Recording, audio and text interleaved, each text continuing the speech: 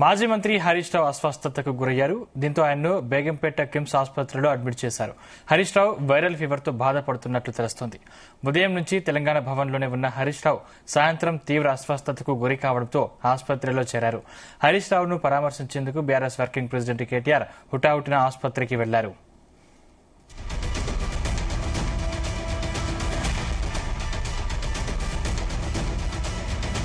మాజీ మంత్రి Harish Rao viral fever తో బాధపడుతున్నట్లు తెలుస్తోంది. ఇదే అంశానికి సంబంధించిన మరింత పూర్తి సమాచారం మా ప్రతినిధి నరేందర్ అందిస్తారు. నరేందర్. రైట్ సందీప్, మాజీ మంత్రి బీఆర్ఎస్ సీనియర్ నేత హరీష్ రావు కొంత అస్వస్థకు గురయ్యారు. ఆయన ఇలా మార్నింగ్ నుంచి కూడా భవన్ లోనే ఉన్నారు, తెలంగాణ భవన్ లో. అంతకంటే ముందు కేటీఆర్ ని ఇంట్లో కలిశారు. ఎర్లీ మార్నింగ్ నుంచి ఆయనతో పాటు ట్రావెల్ అవుతూ ఈ రోజు ఏసీబీ విచారణలో భాగంగా కేటీఆర్ విచారణకు వెళ్ళిన నేపథ్యంలో మొత్తం కార్యకర్తలు, వివిధ ఎమ్మెల్యేలు, ఎంపీలు, అదేవిధంగా మొత్తం కూడా పార్టీ కోఆర్డినేషన్ చేసేటువంటి బాధ్యత కూడా ఆయన చూసుకున్నటువంటి పరిస్థితి ఉంది. అప్పటి వరకు కేటీఆర్ వచ్చేంత వరకు ఆయన కొంత అనీజీగా కనిపించారు. అదేవిధంగా ఆయన కొంత హై ఫీవర్ తో ఉన్నట్టుగా కూడా మాకు అర్థమవుతుంది. ఆల్రెడీ ఉదయం నుంచి తెలంగాణ భవన్ లో ఆయన్ని పిన్ టు పిన్ అబ్జర్వ్ చేస్తున్నాం. ఆయన కార్యకర్తలు వందలాది మంది వచ్చి కలిసే ప్రయత్నం చేస్తున్నారు. ఆయన అప్పటికే వైరల్ ఫీవర్ తో బాధపడుతున్న నేపథ్యంలో వారు కార్యకర్తలకు ఏం చెప్పలేక, లీడర్లతో ఏం పెద్దగా ఆయన ఇంటరాక్షన్ తో మాట్లాడుతూనే మళ్ళీ ఆయన కొంత అనీజీగా ఉన్నటువంటిగా కనపడింది. అదేవిధంగా కొంత అబ్డామిన్ అంటే కొంత చెస్ట్ కానీ లేదంటే దాంట్లో కొంత ఇబ్బంది పడుతున్నట్టుగా కూడా తెలుస్తోంది. చాలా సార్లు పొట్టను నలుచుకోవడం కానీ ఇవన్నీ గమనించినాం. బట్ ఆయన కాసేపు రెస్ట్ తీసుకోవడం కూడా మేము అబ్జర్వ్ చేసినటువంటి పరిస్థితి కూడా ఉంది. అయితే ఆయన ఎప్పుడైతే కేటీఆర్ ఈవినింగ్ 6 o'clock టైంలో వచ్చారో వెంటనే ప్రెస్ కాన్ఫరెన్స్ నిర్వహించేదాకా కూడా ఆయన చాలా అనీజీగా కనిపించారు. అప్పటికే ఫీవర్ స్టార్ట్ అయింది. వెంటనే ఆయనని హాస్పిటల్ కు తీసుకెళ్లినటువంటి పరిస్థితి ఉంది. వెంటనే ఆయనతో పాటు కేటీఆర్ కూడా, బీఆర్ఎస్ కేటీఆర్ కూడా వెళ్లారు. కిమ్స్ బేగంపేట హాస్పిటల్లో చేర్పించి ఇవాళ మొత్తం అబ్జర్వేషన్ లో ఉంచి పలు రకాల టెస్టులు చేయాలన్నటువంటి ఆలోచన కూడా వైద్యాధికారులు చెప్పారు. అందుకనే ఆసుపత్రిలో ఈ రోజు మొత్తం ఉండి రేపు అవసరమైతే డిశ్చార్జ్ చేస్తామని కూడా చెప్పినట్టు తెలుస్తుంది. కారణం ఏంటంటే ఆయన సరిగ్గా 2 వారాల నుంచి హరీష్ రావు మనం చూస్తున్నాం. ఒకసారి హరీష్ రావు ఎప్పుడైతే నోటీస్ ఏదైతే ఇచ్చారో కాళేశ్వరం కమిషన్ సంబంధించినటువంటి నోటీస్ అందుకోవడం, కేసీఆర్ అందుకోవడం, ఇద్దరు కూడా పార్టీకి సంబంధించినటువంటి కీ పర్సన్స్. ఒక పక్క హరీష్ రావు కాళేశ్వరం దాని మీద మొత్తం పిన్ టు పిన్ ఎక్కడి నుంచి ఏమైందో లీగల్ ఎఫర్ట్స్ తో మాట్లాడారు. కేసీఆర్ తో పలు సందర్భాల్లో ఫామ్ హౌస్ దాకా వెళ్ళడం, రాత్రి 1 గంట దాకా డిస్కస్ చేయడం, ఆ మేధావులతోనూ, ఇరిగేషన్ ఎక్స్పర్ట్స్ తో మాట్లాడడం, మళ్ళీ తిరిగి ఆయన మళ్ళీ గచ్చిబౌలి రావడం, కేవలం 3 to 4 hours మాత్రమే పడుకున్నటువంటి పరిస్థితి మనకు అర్థమవుతుంది.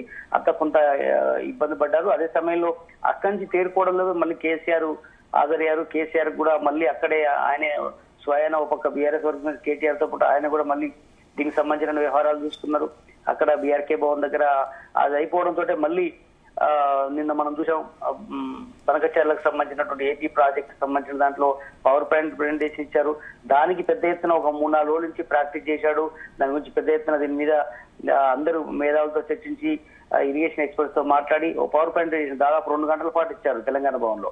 దానికి సంబంధించినటువంటి ప్రిపరేషన్ అనుకోండి. అంతకంటే ముందు మనం చూసాం కాళేశ్వరం సంబంధించినటువంటి వాస్తవాలేంటి, అవాస్తవాలేంటి, దీని మీద కూడా పవర్ పాయింట్ ప్రిపరేషన్ ఒక 10 రోజుల క్రితం ఇచ్చారు.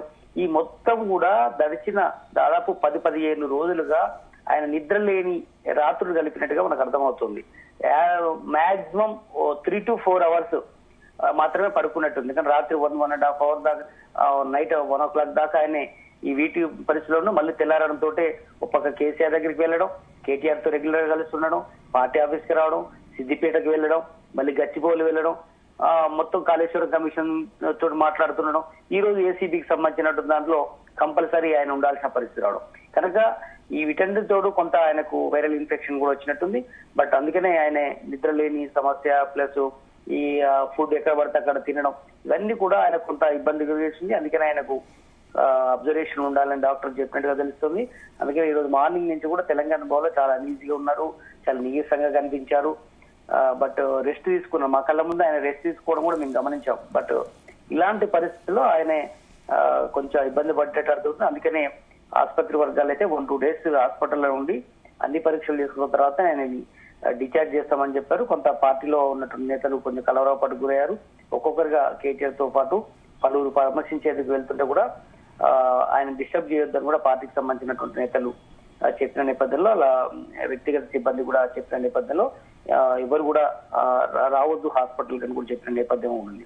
బట్ ఏదైనప్పుడు కూడా పార్టీని ఒక కుదుపు, మొన్నడాక కేసీఆర్ కు బాగాలేకపోవడం, కేసీఆర్ ఆసుపత్రిలో ఆయన తొంటి ఎముక ఇరిగి దాని తర్వాత ఆయన కొంత కోలుకున్న నేపథ్యం, దాని తర్వాత ఆయన ఇప్పుడు ఒక పక్క ఏఐజీ ఆసుపత్రికి కూడా మనం 2 రోజులు వరుసగా వెళ్ళారు, ప్రజెంట్ నందినగర్ లో రెస్ట్ తీసుకున్నాడు, ఒక హరీష్ రావు సిక్కారు. అందుకని ఇట్లా పార్టీలో ఓ రకమైనటువంటి వాతావరణం ఉంది. ఈ రోజు మనం ఇంకో లేటెస్ట్ ఏంటంటే, ఈ రోజు ఆఫీస్ లో కూడా తెలంగాణ భవన్ లో కూడా కేటీఆర్ మాట్లాడకుండా ముందు హరీష్ రావు కూడా చాలా ఘాటుగానే మాట్లాడారు. మాట్లాడినంత సేపు 5 నిమిషాలు మాట్లాడారు, కానీ నీరసంగా చాలా సూటిగా గట్టిగా రేవంత్ రెడ్డిని నిర్దేశించి మాట్లాడారు. ఆ మాట్లాడిన వెంటనే కేటీఆర్ మైక్ ఇచ్చారు. కేటీఆర్ మాట్లాడుతున్న సేపు ఆయన అది ఈజీగా కనిపించారు. దాని తర్వాత వెంటనే ప్రసంగం కంప్లీట్ గా ముందుకనే వెనక నుంచి వెళ్ళినటువంటి విజువల్స్ కూడా మనం గమనించాం. బట్ ఏదైనప్పుడు కూడా ఆయన తక్షణమే హాస్పిటల్ చేరాల్సిన పరిస్థితి ఏర్పడింది. అందుకనే కిమ్స్ బేగంపేటకు వెళ్లారు. బట్ ఇంతకుముందు మనం చెప్పుకున్నట్టునే ఈ రోజు అంతా అబ్జర్వ్ చేస్తారు.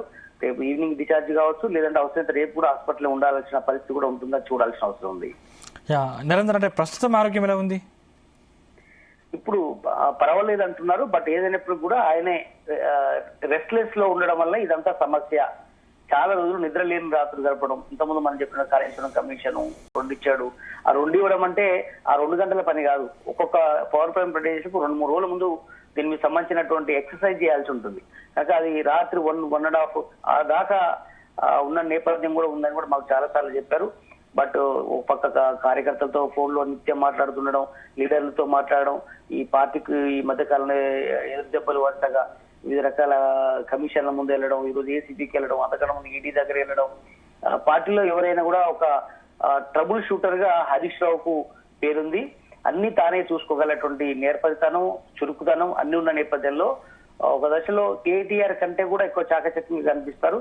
బట్ ఏదైనప్పటికీ కూడా ఆయనే ఇప్పుడు చాలా రోజుల తర్వాత ఆయన అస్వస్థ గురి కావడం అనేది పార్టీలో కొంత ఇబ్బంది అయినటువంటి పరిస్థితి. బట్ ఏదైనప్పుడు కూడా ఆయన త్వరగా కోలుకోవాలని పార్టీలో ఉన్నటువంటి నేతలు, కార్యకర్తలందరూ కూడా చెప్తున్నటువంటి మాటగా అనిపిస్తుంది.